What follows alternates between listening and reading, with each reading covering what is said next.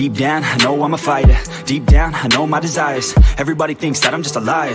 They don't know what I got inside ya. I'm the one to fight fire with fire. I'm the type who never lets me get tired. Mess with me and they never will find ya. Yeah. People tell me I won't get it. They don't know me cause I'm cold winning. Always in the ninth, I close innings. Always in my mind, don't know quitting. I'ma be the one that blows up in it. You gon' be the one that shows up missing. I'ma be the one that knows my mission. You gon' be the one with no ambition. I'ma make you take it all back. You ain't never gonna get me, man, I'm too fast. Call me the juice, that 40-yard dash. Always look forward, no, never look back. I just spit the truth, better listen to my facts. Get me up in the booth and I put them on a blast. When I spit the truth, they all listen to the rap. Got nothing to lose, so I put the pen to bed. That's what I do, hard work always lasts. And the pain's not an act, no, it hurts real bad. But you have to attack what you want to attract, or you're gonna look back and regret what you lack. Everybody knows that's a fact. Yeah, I just want my words to impact. Yeah, I just want my words to all last. Yeah, not sorry if I put you on blast. They know just what they see on the outside. They don't know just what I'm like on the inside. If you knew what I could do, you'd watch your backside. If you knew what I could do, you'd stay in at night. I'm the type of dude you don't wanna fuck with. I'm the type of dude enough is enough, bitch. I'm the type of dude who never gets complacent. I'm the type of dude who knows he's gonna make it, I'll make it.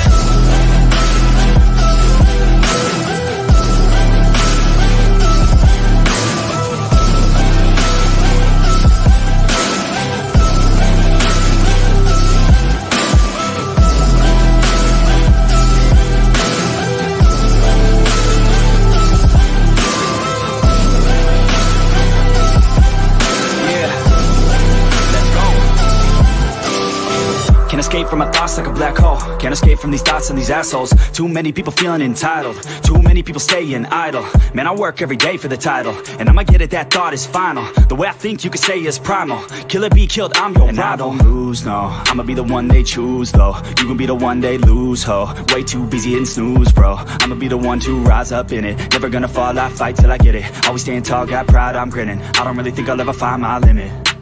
And I know that they all wanna hate me, but they see me on the climb, so they wait, see. If I make it, then they just might say, B, you been doing so good, brother, can't leave. I don't wanna hear your words, all the fake shit. Nah, I want my day one, you've been patient. All the same people, never been complacent. We been working hard, man, we on the same shit. I'm not just a sinner, I eat you for dinner. I'm not a beginner, I'll paint you a picture. I got a guitar and they play that shit every day. No, I was not that great, figured out how to play. Learned how to change to be, learned how to rap and sing. Passion is everything, loved it throughout my teens. 10,000 hours, so I could be fucking king. Hand me the grind, or just get out my fucking ring. They know just what they see on the outside. They don't know just what I'm like on the inside. If you knew what I could do, you'd watch your backside. If you knew what I could do, you'd stay in at night. I'm the type of dude you don't wanna fuck with. I'm the type of dude enough is enough, bitch. I'm the type of dude who never gets complacent. I'm the type of dude who knows he's gonna make it, I'll make it.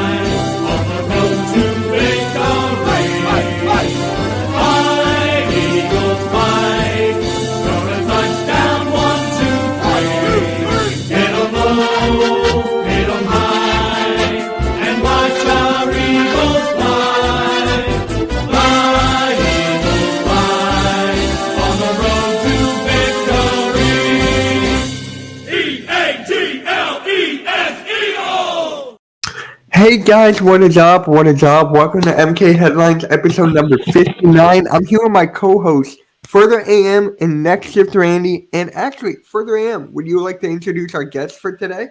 Yes, this guy. Oh man, what can I say? From 4th and John tailgate all the way to Hollywood to making rap music videos. Unbelievable. This guy is an artist. I known him all the way back when he was in Hollywood. He wanted to make an Eagles tailgate, I believe, TV show, and someone actually successfully got it done. And it was pretty impressive show that I actually recorded and put it on my YouTube channel. If you don't remember, I think I'm the only one that has a recording of it.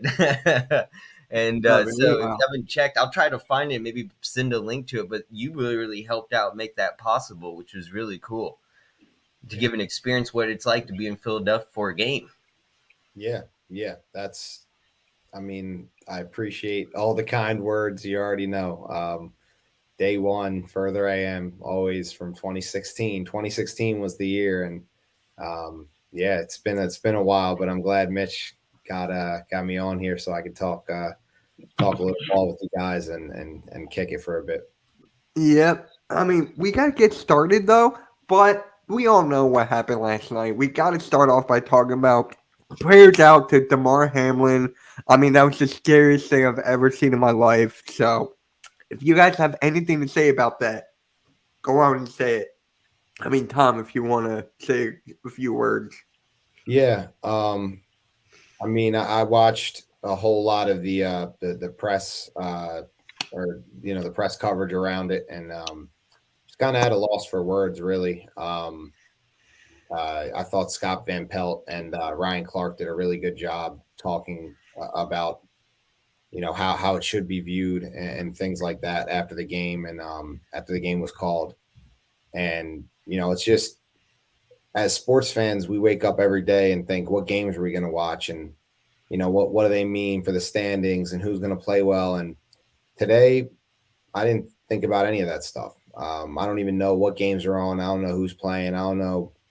Really, everything just escaped my mind, and all I've been thinking about is prayers for Damar Hamlin and his family and the people around him. And man, that's all that's been on my mind all day. So thinking about sports is hard right now, and talking to you guys on this is going to be difficult, but we're gonna make it work with him in mind the whole time, and that's first and foremost. His health and safety is at the top of my mind in everything I've done today. So Yeah, me too. Randy, you got a few words? Yeah, I just wanted to say, hey, Chad, and what up, Tom? Thanks for coming on, bud. Really appreciate it. It's nice to have somebody with OG status, so shout out to you. But yeah, man, we were me and Rob were calling the game live, and of course, we were just speculating based on what we saw. At first, we thought maybe it was like a bad hit or something, and then obviously now finding out and hearing what we know now, he had a cardiac arrest. Man, when I was seeing the images of people posting videos from in the stadium about him being worked on, I said it during the broadcast and I had to leave because I got so emotional. I had to call my wife because I started thinking about my sister and the images I saw of my sister being taken out on a stretcher and then working on my sister. And then obviously subsequently she passed away. So it's for me, I'm just praying and hoping, sending all my energy to his family. Me and my wife last night lit a candle for him and waited until the sucker actually burned out. I didn't sleep a lick last night. I'll keep it real. And just like Tom said, all throughout the show, I'm just going to be constantly having him in my thoughts along with his family as well. Yeah, me too. I mean, I was actually streaming the Sixers when it happened, and then I was just getting people in my chat were like, Mitch, you got to turn on this game. You got to go into this game now. And I'm like, what are you talking about? What? Then I go on Twitter and I see it. I'm like, there's no way that this is actually happening. I mean, I've seen people paralyzed and all that stuff, but nothing like this. The guy is 24 years old. I mean, can you just imagine that? 24 years old is crazy. It really is. And his family was actually there, which is yeah, that's the scariest thing. That's the one thing, your family is number one. These kids are out there, and how do you think their family feels when they see something like that happen? Because if that was my brother, I'd be pretty worried too myself. Yeah. I look at that perspective as well as how are their family praying out for them. That's definitely number one. Mm-hmm. Absolutely. What was that? I said absolutely. Oh, okay. I'm sorry. But yes, Tyler, prayers out for Hamlin. Yeah, it's an absolute tragedy. Another member of the Hardcore Sports is actually an executive. So thank you for being here, Tyler. Really appreciate you. And actually, We're going to do a live all about that at 8 o'clock tonight on my channel on Hardcore Sports. So we're going to talk about all of that over there. And yeah, so we got to get into this game now. I mean, oh my God, this game, was this the worst game that you guys have seen from our Eagles? Was this the worst game? I'm going to start with you. Yeah, I think this year, this one has to take the cake of the season. Pretty bad. That pick six really topped it off. Yeah. And I think Nick Sirianni came out today and was the one to take the blame for that play. I in some way everyone's blaming Minshew, right? You hear a lot of angry Minshew, and I completely understand that. But at the end of the day, you really got to look at who got Minshew ready and prepared now, especially after what you saw he was capable of doing last week, and you thought would see a much better improvement against a team that isn't as, top level tier as the Cowboys competitively and with their injuries. And at the end of the day, you have to question the coaching at the end of the day. I mean, it was just very horrible coaching. They did not prepare this game whatsoever. I don't think they had a game plan ready. Usually the Eagles come out very first drive, they got some really unique game style set to score a touchdown right away. I didn't see that. Once again, it was just like 3 and out. Could not move the ball whatsoever. The run game was underutilized again. We only gave Miles Sanders 12 attempts. He only got 61 yards total. Horrible. Boston Scott at least was, getting some receiving yards. That was nice. And then we just stopped after 2 recorded. So it's just like, who do you blame here at the end of the day? Yes, you can go on and rage about how poorly Minshew was, but at the end of the day, I think it was really the game design with the coaching staff that was just completely just pitiful. Mm-hmm. Yeah. And I saw college games yesterday that were better game planned than what I saw with the Eagles and the Saints game. Mm-hmm. Yeah. Tom, what about you? Yeah, exactly. I mean, I said this on Twitter, and I think it's Gardner Minshew's fault that he played poorly, but and the game plan, gave him opportunities, but that was the whole issue. Is that I think they came out, like you said, they didn't use the run game. They put it all on Gardner Minshew. They were out in empty sets and throwing the ball every down and having him run, those zone read run bootlegs. He's not Jalen Hurts. You can't, the coaching staff has to prepare Gardner Minshew, and they've had him for 2 years now. This is the second year he's on the team. They know he's the backup. He's not as skilled as Jalen Hurts. He's not as athletic. He doesn't have the arm strength. He pretty much has nothing Jalen Hurts has. And you came out and acted like he could throw you and win you a game. And we go down 7-0, and next thing you know, there's no run game. It's, Minshew throwing the ball, dropping back, running everything through Minshew as if he's got the same ability as Jalen Hurts. And I think that was the issue. I think if they tried to insulate him, let him follow a script that would breed success for that specific player, I think they would have been a lot better off. And I do look at the coaching staff a lot for that. Again, it's Minshew's fault that he played poorly, but it's the coaching staff that hurt the Eagles by trusting him to keep throwing the ball and keep dropping back and all that. So I agree. I think they should have used the run game more on offense. They should have used short passing, get the ball in the playmakers' hands. And they said, hey, Minshew, go win us the game like you're Jalen Hurts. And it just, you see the difference when your quarterback isn't that level that Jalen Hurts has been at this year. So that's pretty much what happened out of my point of view. So pretty much everything further said, I agree with. Just add my own spin on it too. Mm-hmm. Randy? Yeah, man. I mean, Further and Tom, I mean, they hit the nail on the head. I mean, 15 rushing attempts for only 67 yards total, and then you pop over to New Orleans, 35 for 130. I mean, they doubled us in the rushing attempt. What also made our defense, have to be respectful towards the run and the pass. So that opened up the passing game for them. And I understand they don't have the caliber receivers that we do, but they still put up 228 passing yards against us. So, I mean, like, they were keeping us honest. And obviously it was our defense only gave up 13 points. It was that pick six that kind of put us put us in. But yeah, I got to agree. I think it's the coaching. The coaching came in very vanilla. They were all solely trusting just on Minshew's arm. I think you were right further when you said that they saw what he did against Dallas and thought, oh, wow, we're going to be able to replicate that times 2 against this team. Not, I guess they almost, in a sense, underestimated their opponent. And in return, we got slapped in the face because Gardner also got sacked 6 times, and Cam Jordan got 3 of those. Yeah. And here's another thing, too. I don't know if you guys said it. Lane Johnson did not play. Lane Johnson was out. So when he's out, the offensive line would just turn to shreds. I mean, people are actually saying on Twitter that Lane Johnson is actually our best player because of that offensive line. Look what we dealt with last night. Mulata wasn't playing on par. I think his family was there, if I'm not mistaken. And they really? Wow, I didn't even know that. And it's like he just got a nervous case of his family being there for the first time watching him. I would be nervous too, especially if my family flew all the way. They get box seat treatment, and I'd be a little nervous too. But man, even Mulata was playing not even up to par yesterday. I have to give him a little bit of non-bono points.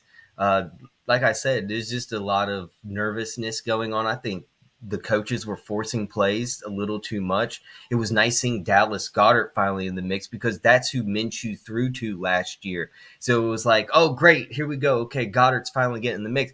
But then right away you force another play to Goedert that was just way off target that could have never possibly would have been a catch. And you're forcing Minshew. And I think the coaches forget that Jalen Hurts has that that rushing capability.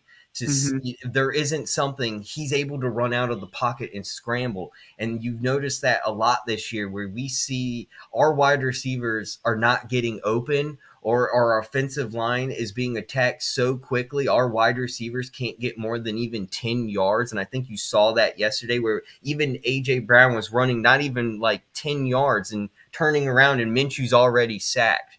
Like we can't get the ball off enough in time. And you are right. Lane Johnson missing is a huge, big factor here in this game, I think. So we needed him back.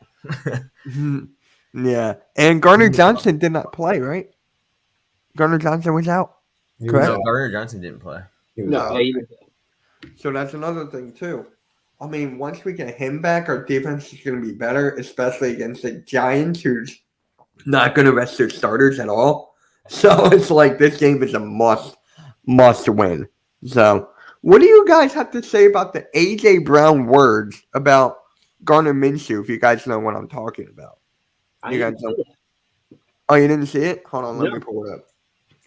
Give me 1 second here. Let me pull it up. I got one of my shorts.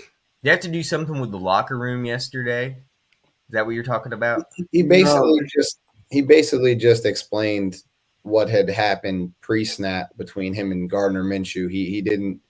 Somebody questioned his effort, and he said, "Yeah, I know what you're talking about." He said he wasn't supposed to get the ball, and Minshew just didn't come off the read, and that's why the pick six happened. Here, I got it. It was initially pressed. We're trying to get Gardner's attention to look up, but he never looked back at me. Oh, yep. So basically what he said, but so he was trying to get it. Well, I mean, just like Tom Stake said earlier, he's not Jalen Hurts. He's not gonna be anything like Jalen Hurts is scoping things out. He's got the whole thing looking, Alabama quarterback going to Oklahoma. He's the guy. You got Gardner Minshew, who's all right. He'll get it done as a backup, but he's not your guy. He's just not a starting quarterback. He just is a guy that'll get you through a game. Right. And if you coach him to play the game obviously correctly, because I believe even the game that Gardner Minshew played, he had that amazing game, but the next time he played horribly. Mm-hmm. Yeah, he's up and down. That's what backup quarterbacks are, and it was poetic that he couldn't convert that 4th and 1 sneak at midfield. It's almost like you saw it coming. It's like the nail right there. It's like he's not Jalen Hurts. Like everything he did in that game was the opposite of what you'd see Jalen Hurts do. Jalen Hurts, like you said, he's making pre-snap reads. He's got the pedigree. He played at big schools.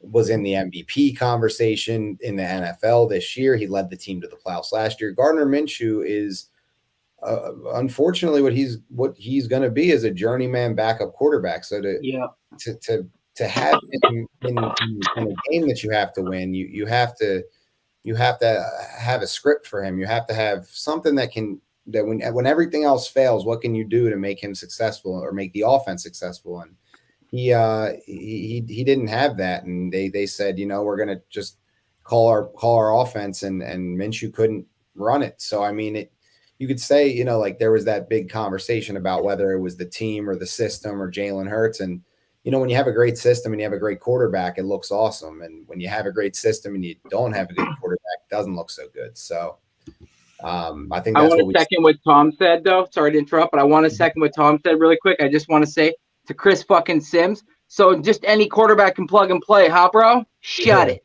Yeah. Right. Chris Sims has been eating a lot of, eating his words a lot on Jalen Hurts. So he's still digging for excuses, but Yeah. People are telling me Cowboys fans are like, it's a system. It's a system. It's getting crazy. Yeah. One of them came onto my stream was saying the whole thing, and I'm like, you done? You done here? Like, what are we dealing with here? I mean, come on. It's clear as day.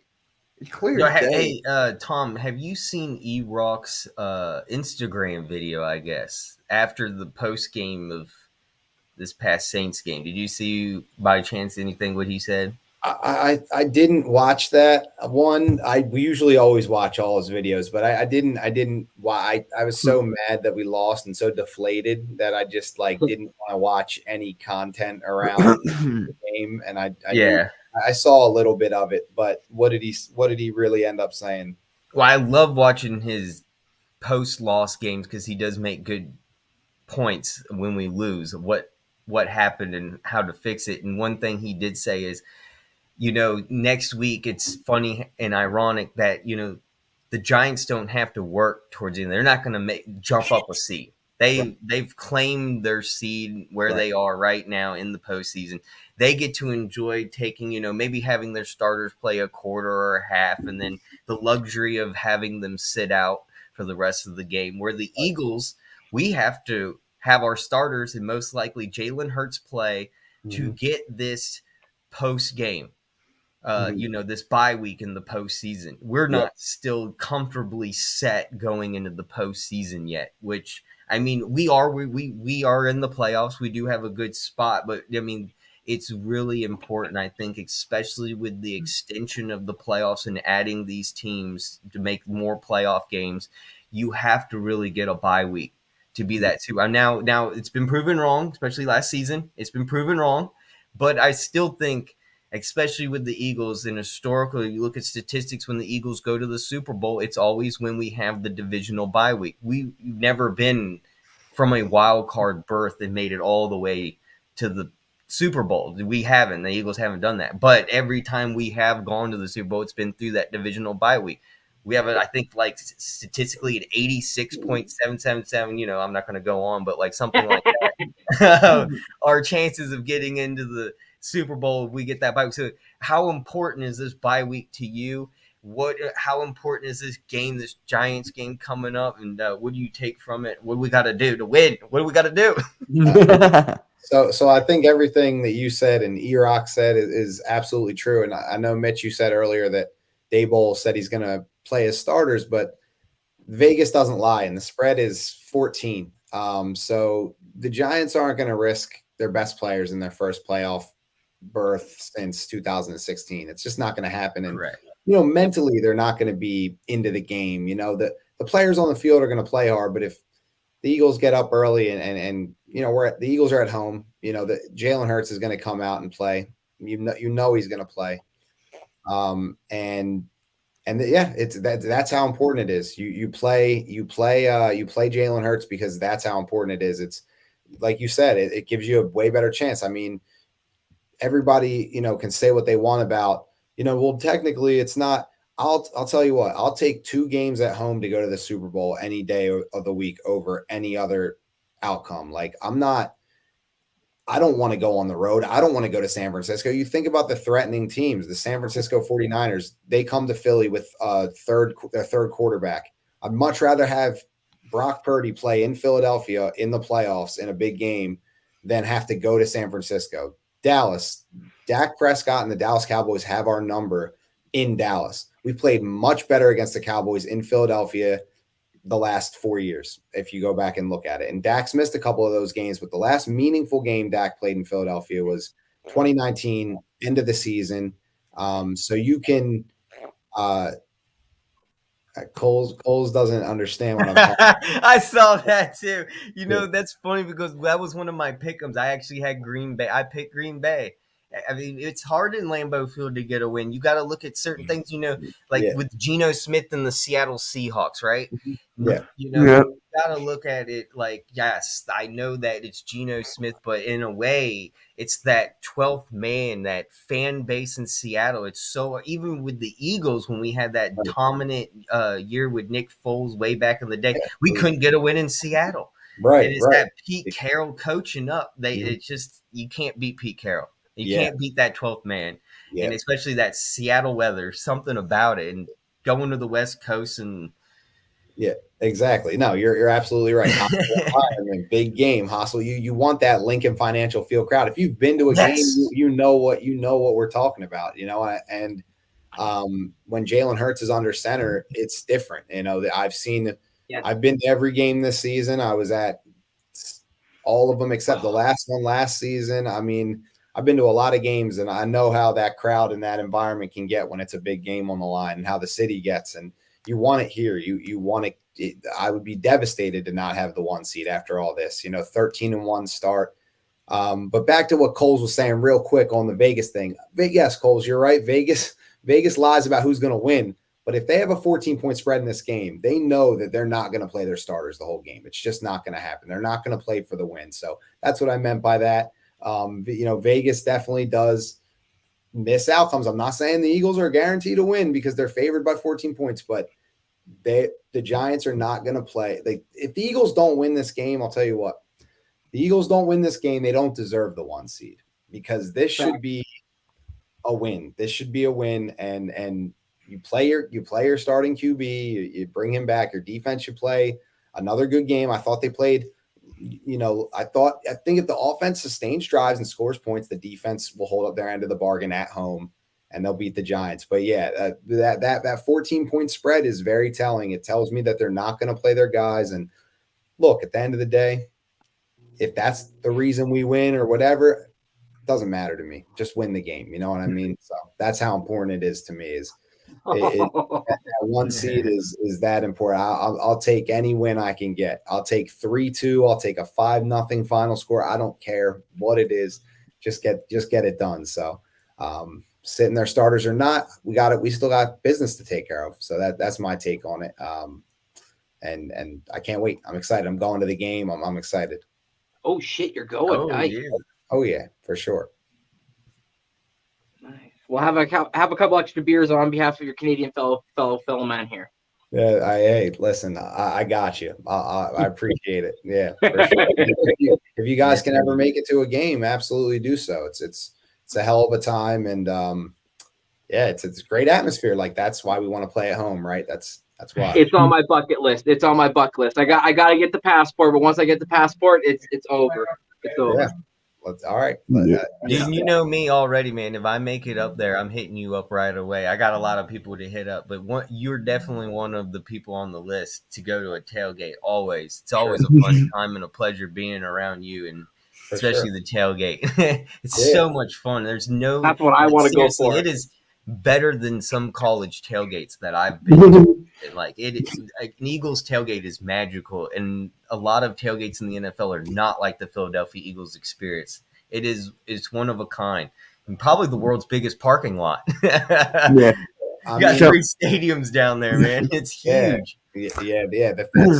That's the best part, is that the Phillies ballpark and where the Sixers and the Flyers play are right in the same like right next door across the street. So it really just turns into like Right. a huge festival, like outdoor almost. Like it's pretty insane. So yeah, man, I'm rooting for you to get that passport because all that home field advantage stuff is real. And Boys for Life wants to tailgate with you and me. all right, boys for life. Let's do it. I mean, you already know. I'm not going to go to every game next year, but I'll be at a couple of them. So yeah, I've been going to games since I was younger. So Oh yeah, I'm going next year, so I'll make sure I see what you put on Twitter or whatnot, and I'll follow your socials. Yeah, and make sure I'm gonna try to you know go you too. go, I'll go, so we can link up. to I'll the give you game a beer. to a game next year. You mean? Yeah. Yes, sir. Yeah. Oh yeah, absolutely, man. No doubt. I would love to meet up. So I don't know if you addressed this, but he brought up the Viking jersey. I don't know if you God. addressed that. Who, me? Yeah. Yeah. Remember the first time I was on here, I already talked about that. But Yeah, I guess- know, but I don't think he heard because I think he's gonna need to know again. Yeah. So I made music from a young age. I'm gonna keep it short. I don't want to make this about me, the whole thing. But No, you're good.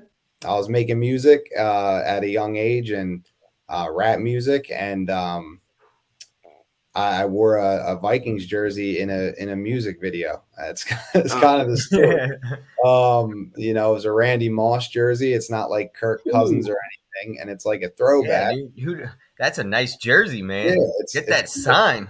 Yeah, exactly. And Randy Moss was like a legend. Like I'll never disrespect. I don't care what team he played Those for. old school that's not a- jerseys too. not They a don't even Vikings have the jersey. Vikings logos like that anymore. That's not a Vikings jersey. That's a Randy Moss jersey. So Yes. I don't know what people are talking about. So I got a Megatron jersey, bro. I Yeah, got a Michael Vick Falcon jersey. First Right. year in the NFL. I got a Jamal jerseys from Charles other KC teams. jersey.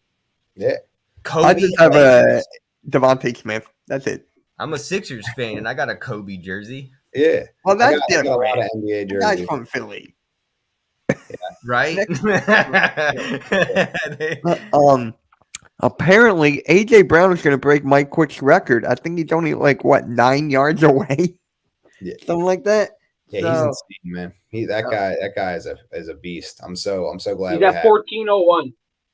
He's best receiver. Since Terrell Owens that I've seen. He's just Me too. unreal. Yeah. So glad to have him. Yeah. You know what's But I funny? still like AJ though. I still sorry, Devontae. I still like Devontae though, man. Whew, that Well, number 2 ain't too bad either. Yeah, he's been playing out of his mind lately too. So I'm really glad to see these guys all playing out of their minds. I think that Gardner Minshew playing for a few games, like they had to try to elevate their game even more because Devontae really made Gardner look way better than he was in that Cowboys game. If you remember some of the throws he was making on the sideline, like normal receivers don't make some of those catches, but that guy is special and he can make those catches. So when Jalen gets back, he's got a guy in Devontae Smith and AJ Brown and Dallas Goedert who he hasn't played with in a while. And they're all at the top of their games right now because they're in that mode right now. So I feel like this game, I'm pretty sure Jalen Hurts is going to play, and I think it's going to be a sight to see. I don't think there's going to be much rust. I think they're coming out and picking up where they left off. Now, you know what's funny? That the Cowboys organization wants TO, or TO reached out to them. Yeah, That's hilarious. that was something ridiculous. I think TO said that wasn't true, but whatever. The Cowboys are always in the media for something, man. Right. There you go. He got a Vic Falcons So jersey. you just think you say, like he said, I got a Vic jersey, not a Falcon jersey. He said Falcons at the end because that's what yeah, see? the Randy Moss jersey Vikings. Like that's what it is. You know what I mean? Like I Fact. also have There's I a have Randy Moss jersey. Yeah, exactly. That's how you look at. Like I say, I don't even call it a Lions jersey. I say it's a Megatron jersey. yeah, exactly. It's not Yeah. the Calvin Johnson. I have a Randy Johnson Arizona Diamondbacks jersey, and I'm a Toronto Blue Jays fan, but I love Randy Johnson because one, we share the same name, and two, the guy was an absolute beast. There you go. Yeah, how can you not love Randy Johnson, the Rocket? So, yeah. crazy. But AM, didn't you have some topics to bring up? Because I know you and I were talking about it. So Yes. Why not bring it up? Mitch, I thought this was for you because we're one sack away from 69, and as you know, Oh Mitch, my 69 God. is his number. Him and Brownies and That's 69. not my favorite number. My favorite number is 3. Okay. Well, you sure do like using that number a lot in fantasy. That's all I'm saying. But anyway, we're fourth place in the NFL all time with 68 sacks, 72 being tied with the Vikings and the Bears. What do you think? Do you think we could get 3 more this next game? So you're saying that's 4th ever in NFL history, right? Yes, 68 total. Yeah. Of course. The Eagles are 69. We're 1 away from tying our actual personal record, I believe. Okay. So the thing is, I will say this though, that it is a 17 game season, so it's kind of, I feel like comparing this with an extra game. So 68 is still in 68 and 16 games is great. Yeah, I didn't even think that 4 of our players would get over 10. I didn't even. And here are the teams that are ahead of us. You can get an example like the 1984 Bears, the 1989 Vikings, the 1987 Bears. So it hasn't happened in literally my lifetime. I mean, I was born in 89, but I don't remember the Vikings in 89. Nah, yeah, I know, same. But yeah, no, I mean that's some good that's good company, this Eagles defense.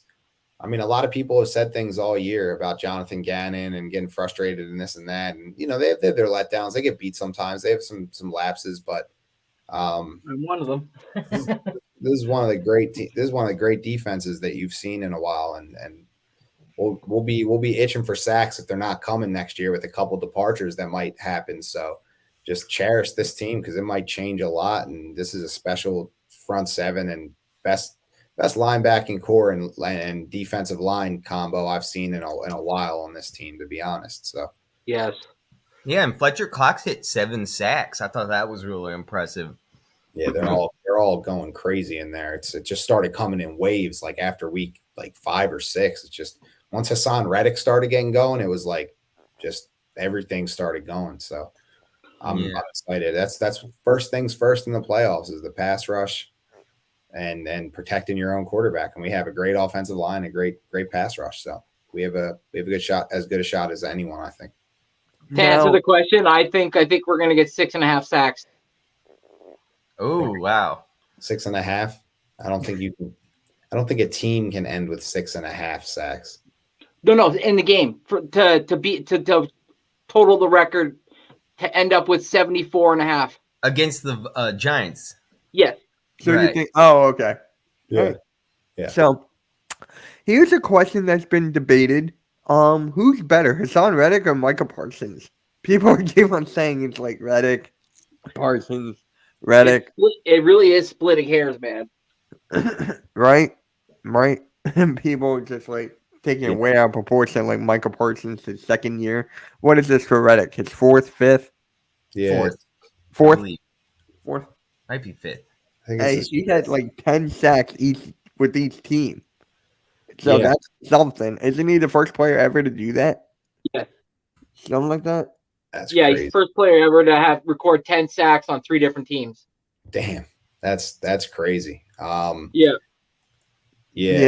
The thing is about Micah Parsons is that he's a little bit different of a player. I think he's a great pass rusher, but he's also kind of a guy that can cover and play a little more linebacker as well, a little bit more hybrid. So I think they're just different. That's all. I think they're both really great in their own right. And, comparing their pass rushing abilities, if you tell me I can't have Hassan Reddick, but I can have Micah Parsons, I'm not too upset about that. So the other way around too, if I had someone pick Micah Parsons and I had to settle for Hassan Reddick, I'm happy with that. So it's like, they're both they're 1A, 1B in terms of like pass rushers in the NFC East at least. And so it's his 6th year, Mitch. 6. 6?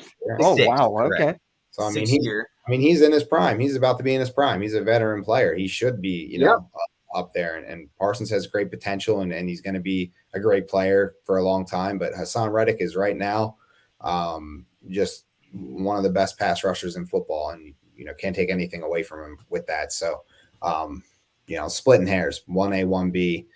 You got Bosa, you got TJ Watt. Those guys are great too. So, you have a lot of great pass rushers, and Reddick should be mentioned up there with all of them because he's been productive this year, and he's been productive for, like you guys said, the last several years. So, can't say enough about him. Now, is he the defensive player of the year, or is like Bosa or someone of that stature gonna win it? I think we gotta wait until what happens. Obviously, we don't know what's gonna happen with this week because obviously I don't know if you guys have been reading, but a lot of speculation coming out from the NFL and the NFLPA that they might want to just cancel this week based on what's happened with last night because a lot of players seem to not be really into it mentally. So there's speculation that this week might be in jeopardy, but if they end up playing, we'll have to see what happens because he's got 17.5. Hassan Reddick's got 6. So if he can get 2.5, and Bosa doesn't, well, then he's the all-time sack. He's the sack leader for the year, right? So then he ends up I think in my eyes, winning defensive player of the year because of also his strip sack ability as well. Because I mean, shoot, that guy goes after the ball. Yeah. But they don't have to start well. I mean, the ball already said he's going to. Okay. They already said it. I think it was on a Monday. I think it was yesterday. That they said they're gonna play like the starters. Okay. I don't know why, but well, aren't they tied with the Cowboys right now? No, the Cowboys are ahead of them. So the Eagles, Cowboys, Giants, and the Commanders are out. Okay. How about this? Carson Wentz playing and losing. But both teams have a 12-4 record though. Giants are 12-4? Nah. Yeah. No, Cowboys, yeah, they're both 12-4. And the 49ers are 12-4. The Giants are not 12. No, I mean not the Giants. I'm sorry. I meant the Cowboys and the 49ers. Excuse me. Thank you, Tom. I'm like, the wait, Giants. the Giants are... That was my head being stupid. I think they're like, what, 9-7? Cowboys. Yeah, so the Cowboys and the Niners are 12-4. So pretty much if the Eagles lose, the Niners and Cowboys are going to be the 1 and the 2 seed in the NFC. What about the Vikings? So they're 12-4. Giants are 9-6. Right. Giants are 9-6. So the Vikings too would have to. I think the Cowboys have the head-to-head tiebreaker over them. So okay. I think they would. I'm pretty sure that's how it is, or it could be a conference record thing. But so I guess you'd have to see. But I'm pretty sure obviously if the Vikings lose, they would drop down. But I think if the Cowboys, Niners, and Vikings all win, and the Eagles lose, I'm pretty sure the Cowboys would be the 2 seed, and the Niners would be the 1 seed. Okay. But if the Niners lose and the Eagles lose and the Cowboys win, the Cowboys are the 1 seed. Shit. Wow. But There's a lot of possibilities. The Niners, and so pretty much the Niners have the first rights. If the Eagles lose, all the Niners have to do is win their game, and they're in the 1 seed. If the Eagles lose and the Niners lose, then the Cowboys win would put them at the 1 seed. So it's like the Cowboys need the most stuff to happen to get the 1 seed. And then the Vikings, I believe, since that's the scenario, I'm pretty sure the Vikings don't have tiebreakers over those teams. Here we go. I brought up the playoff picture here. You are correct. Yeah. So San Fran plays Arizona, and Vikings are freaking playing the Chicago Bears. So the 49ers are going to put the Arizona Cardinals out like a light. I mean, that's not going to happen. So if the Eagles lose, the Niners are going to be the 1 seed, and the Cowboys are going to win. And then the Cowboys would win them the division though over us if we lose and the Cowboys win. And it would make Cowboys play the Commanders. Yes, they do, and they're gonna beat them. But we play at the same time. The Eagles and Cowboys play at the same time, so we're both going to be playing our starters, both trying to win the game. And oh my gosh, it's a big one. It's a big one for us. Just to talk about the AFC side real quick, do you see the Bills and the Chiefs starting their starters because if the Chiefs don't win and the Bills could beat the Bengals? That game is done. That game's suspended. Okay. Yeah, that game is done. Right. So.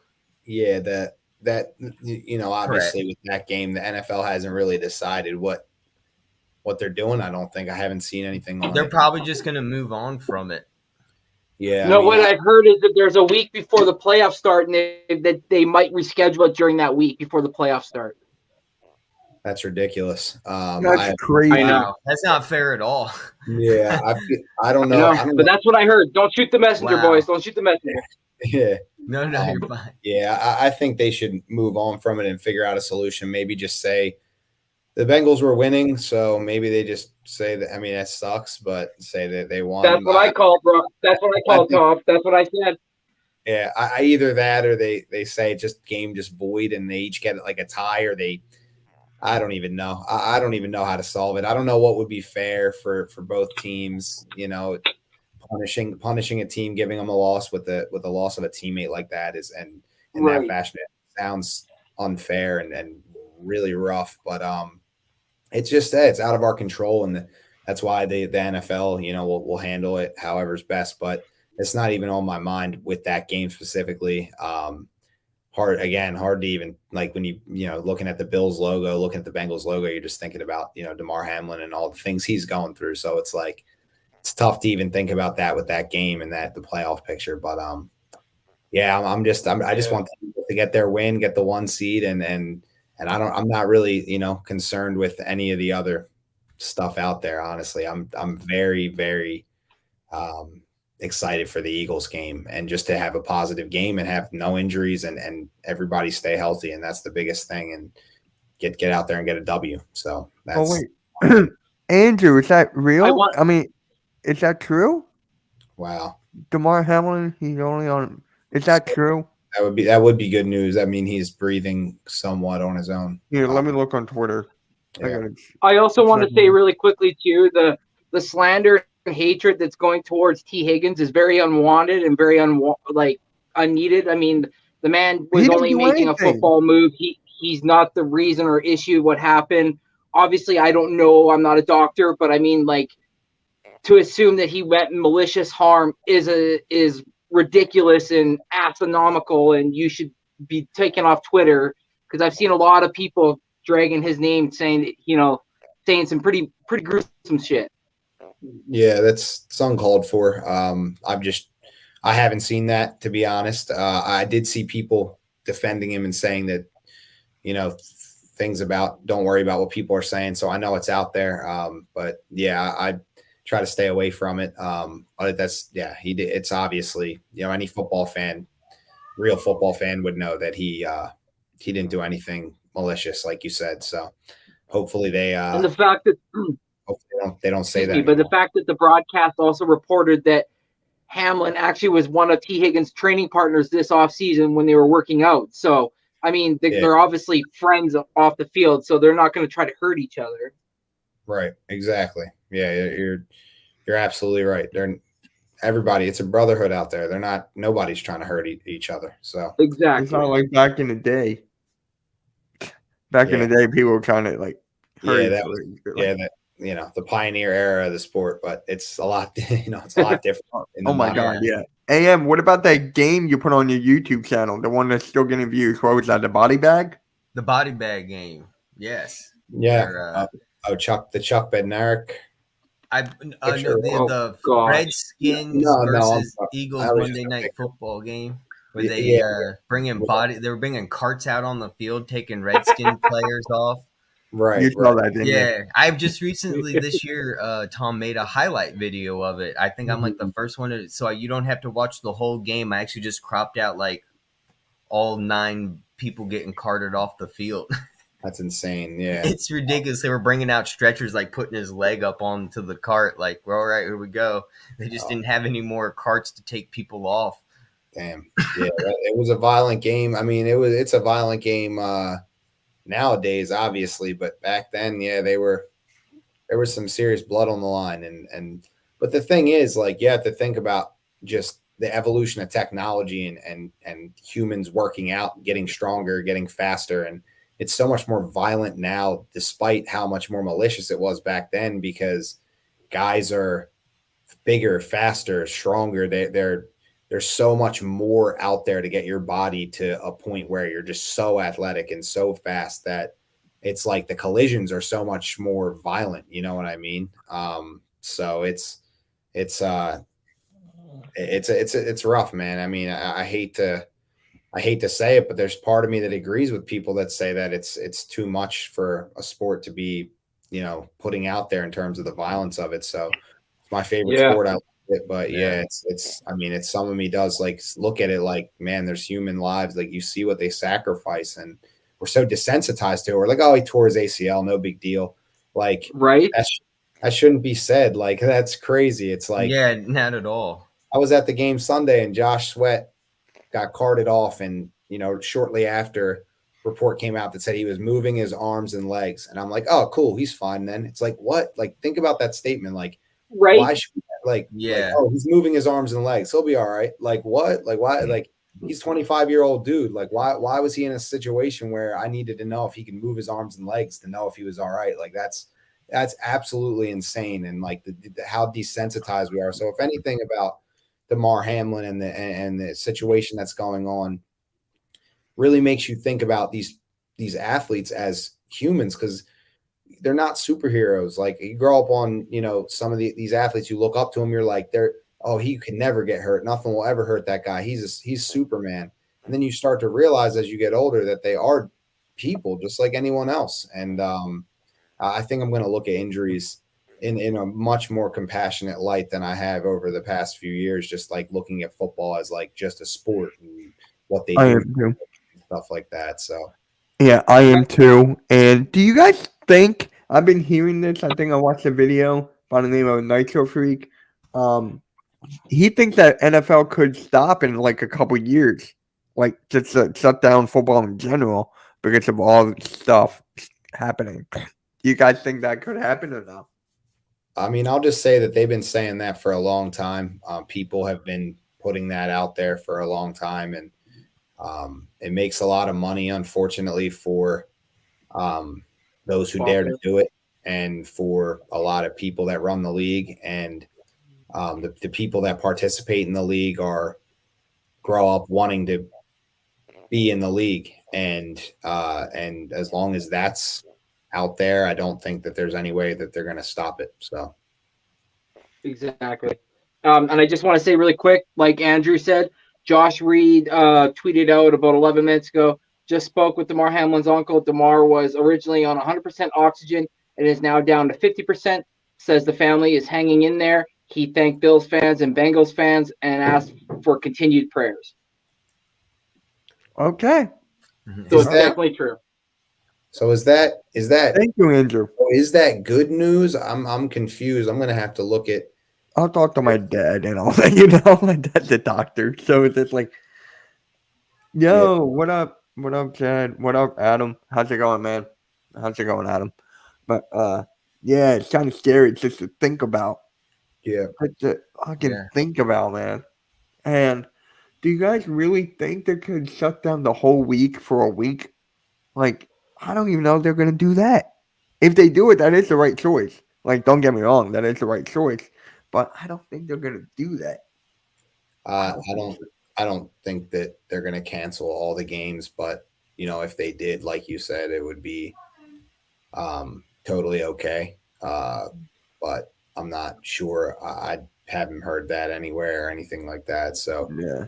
I just want to learn more about what's going on. That's all I care about. Like, I don't really worry about other games or anything like that anyway. It's always cool talking football, getting your mind off some things that are going on, but it's crazy because football is what, this injury is, or this situation that we're dealing with is all about right now. So it's like every time I think about games or canceling, I just think about Damar Hamlin. I just want to learn what's going on with him first, and I'll think about other stuff a little later.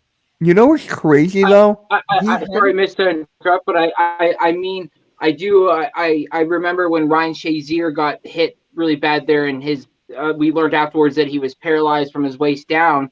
They didn't cancel any games after that or anything else like that. And I know this is obviously a completely different scenario, and obviously a lot different now from then. But I mean, like Tom said, I haven't seen anything where they said that they would, but I mean, it's just right now a lot of speculation. Yeah. But you know what's crazy though? He had to get hit in the right spot at the right time in the right speed in order for that to happen. What are It's the odds of that happening? I mean, come on now. The right speed, right time, right area. It's like it's crazy. yeah, Like, come It's- on, Yeah. it's unprecedented. man. But yeah. So let's go to the Giants game here because there is something I want to talk about. Miles You Sanders. How sound many so times? depressed. Yeah, I know. We gotta talk about the Eagle train. It's tough. It's tough. Miles Sanders. How many times is he gonna get the ball? I need him more. I got the ball more. God dang it. I Yeah, need he- him to get the ball. Got to be used for sure. He's got to be used more in this game, and hopefully they can get him the ball for sure. Yeah. AM, Yeah. how do you feel about that? Ab- Randy, go. Oh, Absolutely, I we're- agree with Tom. Go ahead, or further. Go ahead. No, man, go ahead. I'm thinking what I'm going to say real quick. Okay, I agree with Tom 100%. I mean, if we're gonna put in Jalen Hurts at this point, you got to tell Jalen when the play is not there, just get rid of the ball. We got to protect that shoulder. We got the bell cows in the backfield. Let's use those boys. Let's run them 15 each. Let's go for 40, 45 runs in this game and let Jalen throw the ball 15, 20 times just to let him get the feel of it, back into the groove of things. But I do not want to see Jalen, running and then potentially taking those crazy hits. Yeah. So, AM, what do you think? I think we did underutilize Miles Sanders this week, and I hope we start utilizing the run game more. Now, we did finally start using all running backs. Gainwell, we saw Boston Scott get some receiving yards. That was really awesome. I thought maybe we were going to throw a little bit more to Boston Scott, but we stopped after 2 recorded. And then Miles Sanders getting only 61 yards, 12 attempts. He averaged 5 yards per carry. And you think to yourself when you see other running backs around the league going for 22, 20, or 18 attempts. And we have a guy like Miles Sanders. I don't understand when the passing game's not working and we keep going 3 and out. Why don't we utilize Miles Sanders in these situations and bust one right up the middle when we see him, But the thing was, also I wanted to ask you, with the Saints game, wasn't the rushing game also kind of failed in the first half? We were just not moving the ball when we did have Miles Sanders have it. He wasn't getting the adequate yardage that we had normally been seeing him get. But then we finally started getting it fixed, and he started moving the ball more. But it was like we stopped running the ball in the second half. Oh, yep. I mean, if Miles Sanders does not get the ball going, what's the point? The guy has 1,000 yards. Last game, he averaged 5.6 yards to carry with 62 total yards. I mean, I don't understand why they keep on going back to the old ways when it's not working. I just And this don't. is one of the worst defenses, by the way, in the league. And I think yesterday they got their first pick 6 of the season. I heard the Saints are so terrible. They just got their first pick 6 or not just pick 6, an interception. They got their first interception of the season. No way. That would be crazy if That's how bad the Saints are this year in defense. That's crazy. Wow, that is really insane. But who was it? Lattimore? Yeah. Yes, it was Lattimore with the pick Yeah. 6. And he's been questionable most of the season, too, with an injury. Just our luck, right? He was our player that we weren't expecting to do all so much, but ended up getting one of the biggest plays of the game. Yeah. So, oh my god. So, we're about to close this out. So, we're gonna go with predictions if there even is a game.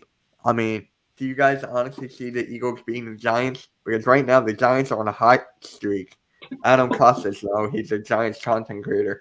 So they're on a hot streak right now, and I am kind of a little nervous here. I'm not gonna lie. I think the Eagles win.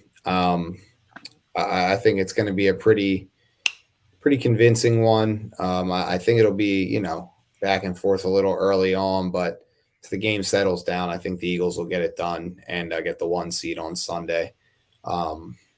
And yeah, I'm excited for it. I'm looking forward to it. Obviously, still a lot of days left. It feels, but just looking forward to this Damar Hamlin story. I'm looking at stuff on Twitter right now and just seeing, him being put on 50% oxygen is good news. So Yeah.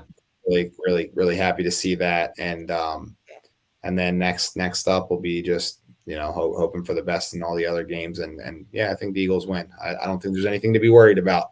They're on a hot streak. We lost 2. It's ebb and flow. It's a week-to-week league, and the Eagles are due for a W, and the Giants aren't really playing for much. So let's get Jalen Hurts a nice game, cruise along, get him the reps, get him feeling good, and go into this playoff bye week with our heads held high. All right. Randy, what about you?